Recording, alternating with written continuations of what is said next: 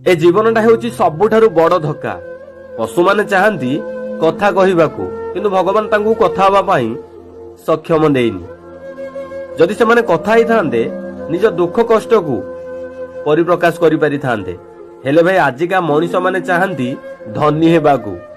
से भाबंती धन द्वारा तार सब दुख दूर हेइ जिवो बोली। धन थिबा मनीष चाहे स्वर्ग भोग करिबाकू, तार अर्जित धन को आहुरी अधिक समय भोग करिबाकू। किंतु स्वर्ग रे थिबा देवता चाहंती मोक्ष प्राप्ति करिबाकू, जेउंठी सुख दुख किछि नथिबो। कारण सुख जदि बीते नहीं सेही सुख दुख बनी जाए। तुमे जेउंठी अछ सेईठी खुशी रे नाह, सबु बेले दौड़ू अछ।